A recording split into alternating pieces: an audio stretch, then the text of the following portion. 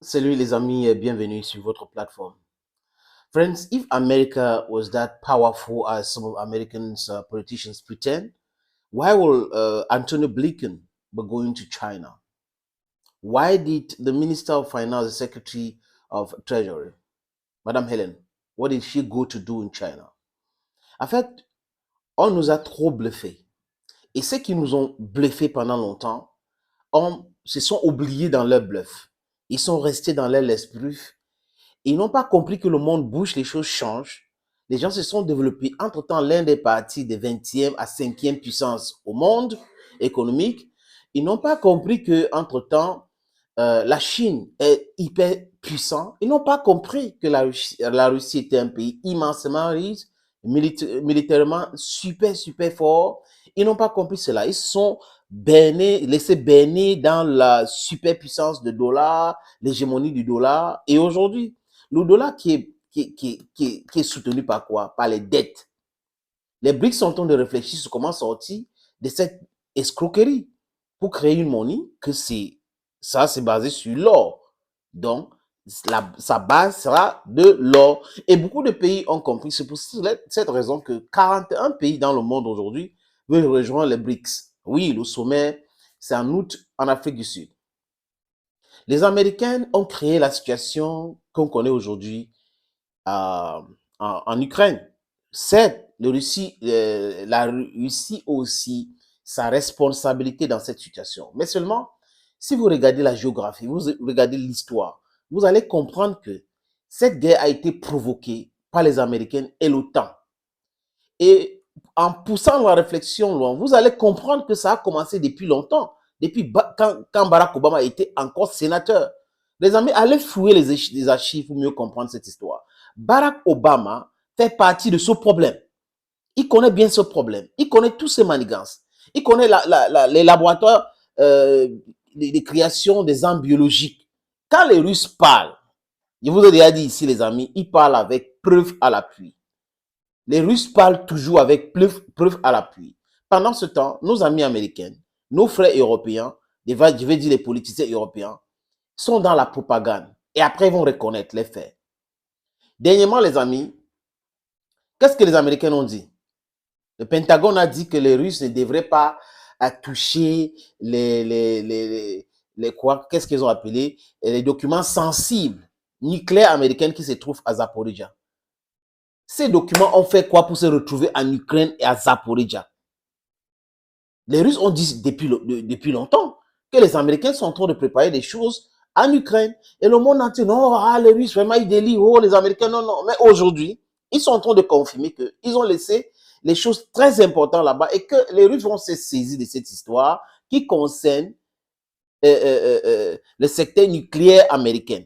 Donc, c'est entre les mains des Rosatom aujourd'hui, comme d'autres documents. Et à un moment donné, on a vu les Ukrainiens brûler certains documents. Donc, j'ai dit encore, ce que les Russes disent tout le temps, c'est à 95% la vérité. Et ce que disent les autres, c'est à 5% la vérité. Anthony Blinken part en Chine pour discuter avec les Chinois. Pendant ce temps, il y a cette information selon laquelle les Chinois sont en train de construire un camp de formation au Cuba et pour les écoutes et l'espionnage. Et Antonio Blinken dit non, on ne va pas s'attarder sur ça. Et d'autres personnes commencent à crier aux États-Unis. Donc, Ukraine est souverain, Cuba n'est pas souverain. 2 poids, 2 mesures et un discours biaisé, toujours biaisé. Et là, quand je parle des Américains qui disent qu'ils sont trop forts, et dans cette force, je vous ai expliqué l'élément qui mettait dans leur force là, le dollar. Maintenant, comme beaucoup de pays se sont débarrassés ou en train de se débarrasser de façon graduelle du dollar, c'est ce qu'on appelait la dédollarisation qui est en marge. Ça fait très mal aux Américains. Le peuple américain doit comprendre aujourd'hui que la guerre en Ukraine est en train de leur causer du tort. Et ceux qui sont en train d'encourager cette guerre ont des choses à bénéficier, ont déjà bénéficié. Hunter Biden, Joe Biden, Barack Obama, et j'en passe. Les faits sont là. Les médias américains commencent à parler de cette histoire. Oui, il y a une chaîne américaine qu'on appelle One American Network. One American Network, allez regarder les amis, vous allez voir les documentaires, les reportages de One American Network sur la guerre en Ukraine, les vérités avant et après, sur la famille Biden et autres. Les gens sont fatigués de cette situation, qu'une minorité de personnes profitent des milliards et des milliards de personnes. Non, les gens sont fatigués. Et le Sud global est fatigué de cette situation. Madame Hélène, qui est comme le ministre des Finances et de l'économie américaine, le secrétaire d'État au Trésor, part en Chine. Et lors de cette visite, qu'est-ce que ressort les amis? Que les propos de Joe Biden ne représentent pas l'Amérique officielle. Donc, ça veut dire Blinken peut venir en Chine, discuter avec les Chinois. En rentrant aux États-Unis, Biden traite le président Xi Jinping de dictateur. Et que Mme Hélène vient en Chine et dans sa délégation, on dit non, les propos du président, vraiment, ce n'est pas officiel et tout. Il a dit ce qu'il a dit. Donc, président, donc, c'est qui? Il a été élu pour faire quoi? Si ses propos ne sont pas des propos officiels, ça veut dire que c'est un président incompétent. Ça veut dire que c'est un président qui ne devrait pas être là. Non, les amis. Et pour faire quoi? Pour négocier. Parce que les Chinois sont en train de préparer les mesures de rétorsion aussi, pour frapper bien l'économie américaine. Et Mme Helen a vu ça venir. Les Américains ont vu ça venir. Ils commencent à envoyer Blinken. Ils envoient Helen. Si les Américains étaient tellement forts, c'est les Chinois qui devaient faire le voyage pour les États-Unis. C'est clair. On n'a pas besoin de grandes études dans la diplomatie pour comprendre. On parle là où on a des intérêts. Et les intérêts américains en Chine sont, c'est-à-dire que énormes par rapport à ce que les gens sont en train d'expliquer dans le mainstream media.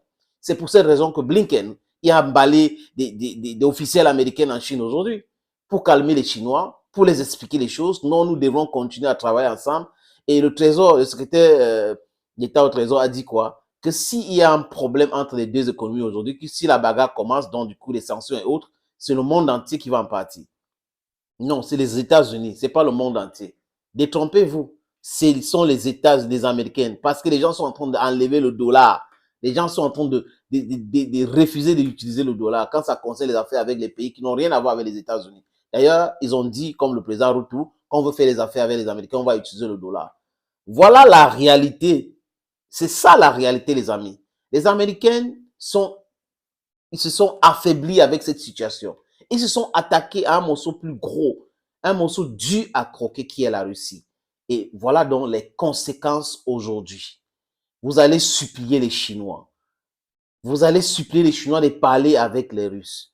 Au départ, vous avez dit que Poutine, c'est un vassal de la Chine. Maintenant, vous suppliez la Chine pour parler avec Poutine, qui vous a dit ouvertement que non, pas pour le moment, parce que vous voulez discuter. Les amis, c'est ahurissant ce qui se passe dans le monde. Il y a qu'il faut avoir une bonne lecture de la situation pour mieux comprendre. Et c'est cette lecture-là qui va sauver notre Afrique.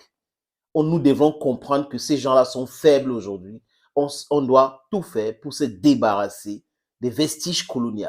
La monnaie, le néocolonialisme, la diplomatie et les barbaries qui nous imposent, nous devons nous débarrasser de ces choses-là aujourd'hui parce qu'ils sont faibles.